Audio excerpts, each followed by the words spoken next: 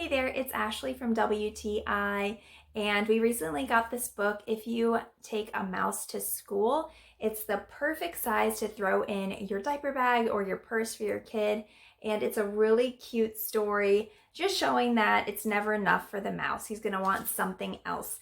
I especially love the illustrations in this book. They are so detailed, they're so vivid, and it's really a cute story. Even the lunchbox here you can see has dinosaurs and volcanoes on it.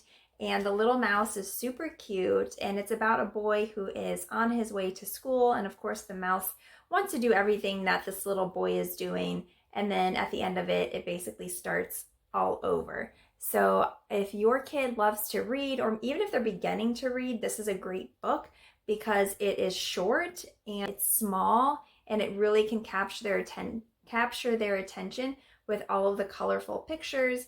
And one of my favorite pictures is right here. It's this one with the skateboard and the mouse is on the front, and it's so cool. I love the illustrations on the bottom of the skateboard. So this is my favorite one right here, but that's just my point of view.